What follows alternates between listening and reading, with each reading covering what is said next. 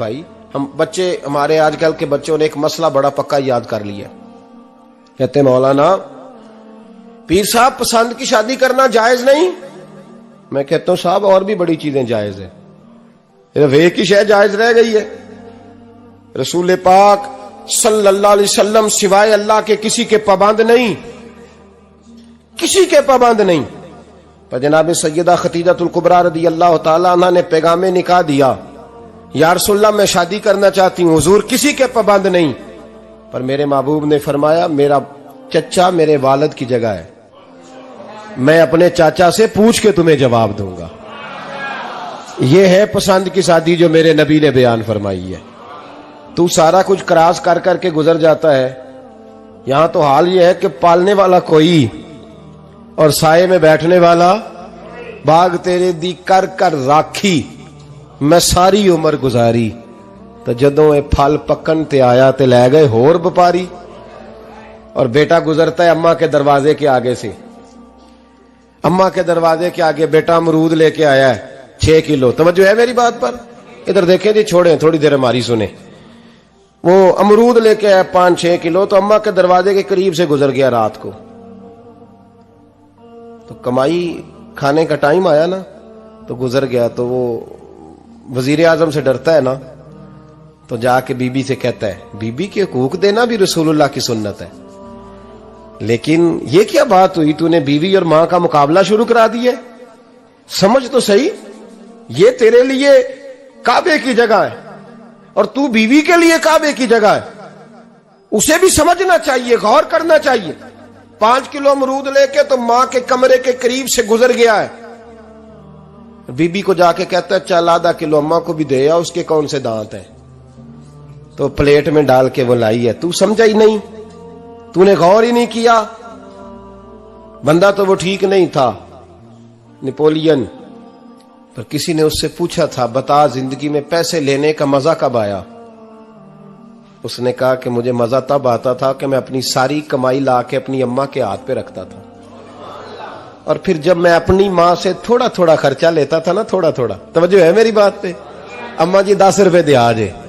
کہتے جب میں تھوڑا تھوڑا خرچہ لیتا تھا نا، تو مجھے یوں لگتا تھا جیسے میں بادشاہ وقت کے سامنے کھڑا ہوں اور وہ خزانے کا منہ کھول کھول کے مجھے دیتا جا رہا ہے.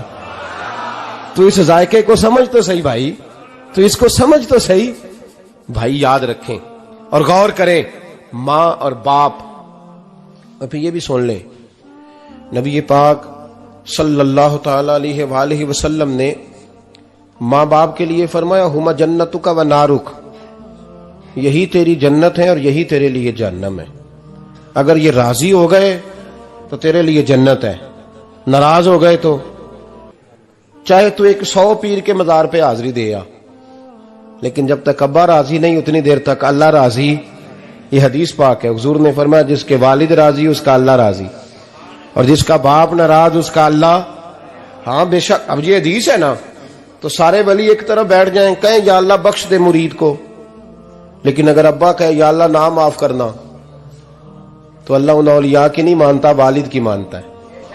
اس لیے بلے شاہ سمانی اڈدیاں پڑھنا ہے، جیڑا گھر بیٹھا انہوں پڑھیا ہی نہیں. بھائی یاد رکھو، ماں باپ سے پیار کرو، ان کی خدمت کرو، ان کے پاس بیٹھا کرو، اور ماں باپ کو ٹائم دیں، وقت دیں، چند گھڑیاں ان کے پاس بیٹھیں.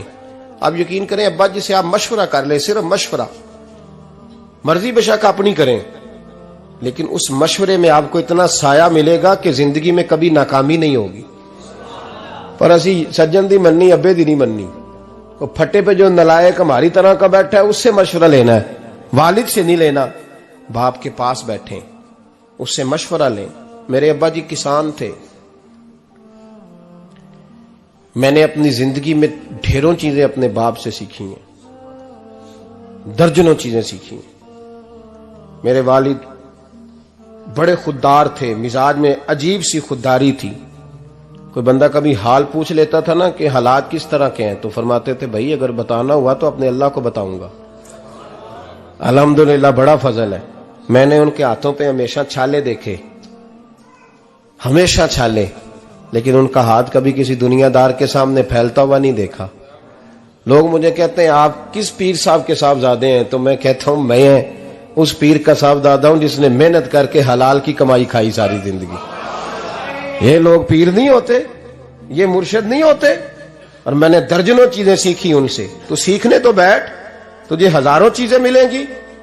بھائی اپنی زندگی میں ماں باپ کی طرف دیکھو، سب سے ضروری کام ہے انہیں وقت دو۔ اماں کے او بھائی بڑا مشکل ہے دنیا داروں سے تعریف کرانا، تے اماں دے کول تے ایویں 2 منٹ راتی بھئی نہ کھی اماں پیر کٹے نہ رضائی جو تیرے گھٹ چھڑا، تے اماں کہندی جا میرا پتر تھکیا آیا تو سو جا کے، میں کدو کام لگی سا، میں کدو حل وان ڈئی سا، جا سو جا کے۔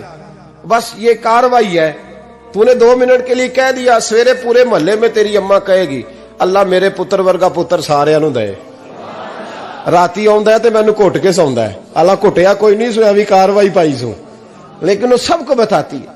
تو بھائی اتنی قیمتی چیز اور تو چھوڑ کے میں ابھی جلسے سے دیر سے آتا تھا نا، اب تو جاتا نہیں زیادہ جگہوں پہ، کوشش کرتا ہوں کہ چلو ماحول کے مطابق، تھوڑا خشک آدمی ہوں تو ہر جگہ سیٹ نہیں ہو پاتا، اس لیے کم جاتا ہوں۔ تو کبھی رات کو آتے تھے نا دیر سے، میری اماں جی شوگر کی مریض تھیں، تو میں چھوٹے بھائی کو فون کرتا تھا کہ اماں جی سو گئے، کہنے سو گئے۔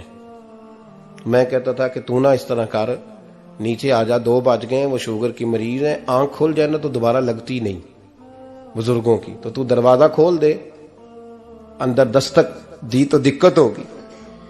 تو میں جوتے اتار کے اندر داخل ہوتا تھا، تو پہلا قدم رکھتا تھا تو میری اماں بول پڑتی تھی پتر آ گئے آ گئے۔ او بھائی تو اس درد کو سمجھنا، کوئی تجھے ملے گا، کوئی ملے گا تجھے ایسا؟ اب میں دور دراز بھی چلا جاتا ہوں، ان کی زندگی میں نہیں جا پایا، کہتے ہیں ہم نے نہیں جانا، گھر میں رہنا ہے۔ اس کیف کو سمجھ لے، اس دولت کے قریب ہو جا۔ حضرت ابو ہریرہ رضی اللہ تعالیٰ عنہ فرماتے ہیں میری اماں بوڑھی تھیں، میں ان کی خدمت کرتا تھا۔ باپ کی خدمت اور ماں کی خدمت سب کے حصے میں نہیں آتی، یہ رب جسے محبوب رکھتا ہے اسے یہ موقع عطا کرتا ہے۔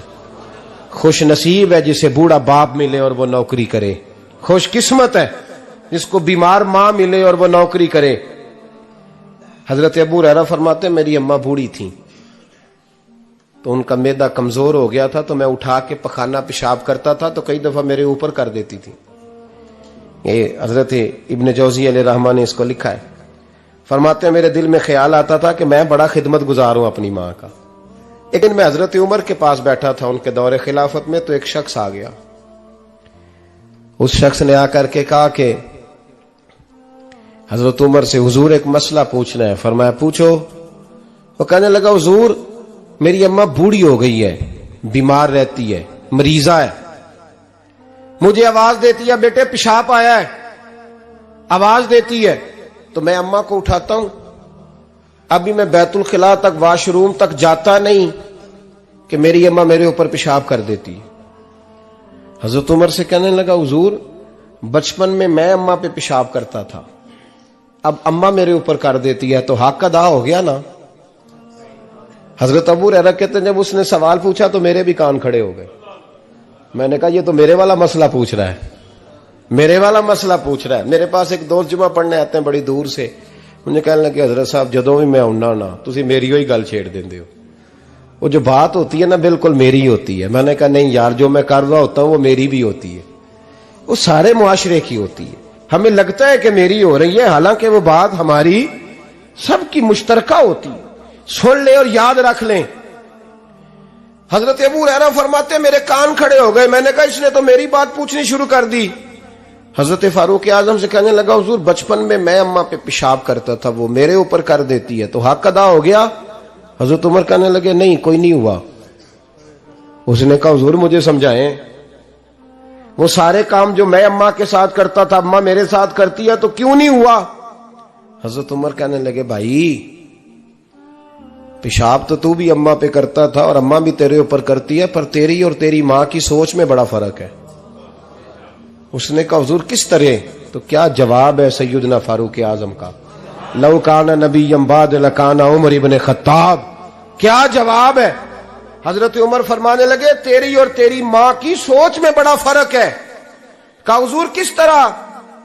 فرمایا جب تیری اماں تیرے اوپر پیشاب کرتی ہے نا تو تو دعا کرتا ہے کہ یا اللہ بوڑھی ہو گئی ہے اسے پردہ دے دے، اور جب تو اپنی اماں پہ پیشاب کرتا تھا تو وہ دعا کرتی تھی یا اللہ میرے لال کو لمبی زندگی عطا فرما۔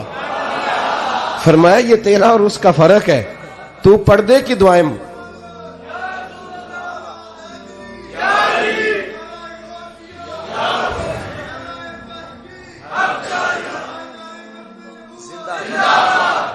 سنے عزیزو، کہا جب تیری اور تیری ماں کی سوچ میں، اور نبی پاک صلی اللہ علیہ وسلم نے فرمایا ہے جتنے بھی گناہ انسان کرتا ہے نا اللہ کریم سزا کو روک دیتا ہے، قیامت میں سزا دے گا، اور جو ماں باپ کا نافرمان ہے نا اس کو دنیا میں بھی سزا ملے گی، جو ماں باپ کا نافرمان ہے اسے دنیا میں بھی۔ آپ یقین کریں بچے تھوڑا سا پڑ جاتے ہیں بیچارے تو ماں باپ سے کہتے ہیں ابا جی تسی پرانے دور دے ہو، تو انہوں کی پتا ہوئے، اور تجھے پتہ ہی نہیں بھائی، تجھے خبر ہی نہیں، یہ پرانے دور کے نہیں، تو بیوقوفوں کے دور کا ہے، تو سمجھ یہ کوئی تعلیم ہے۔ اکبر الہآبادی نے کہا تھا ہم ایسی لاکھوں کتابیں قابل ضبطی سمجھتے ہیں، ضبط کرنے کو دل کرتا ہے، ہم ایسی لاکھوں کتابیں قابل ضبطی سمجھتے ہیں جن کو پڑھ کے بیٹے باپ کو خبتی سمجھتے ہیں۔ بات کرنے والی ماں اور باپ اتنا بڑا درجہ ہے، اور بھائی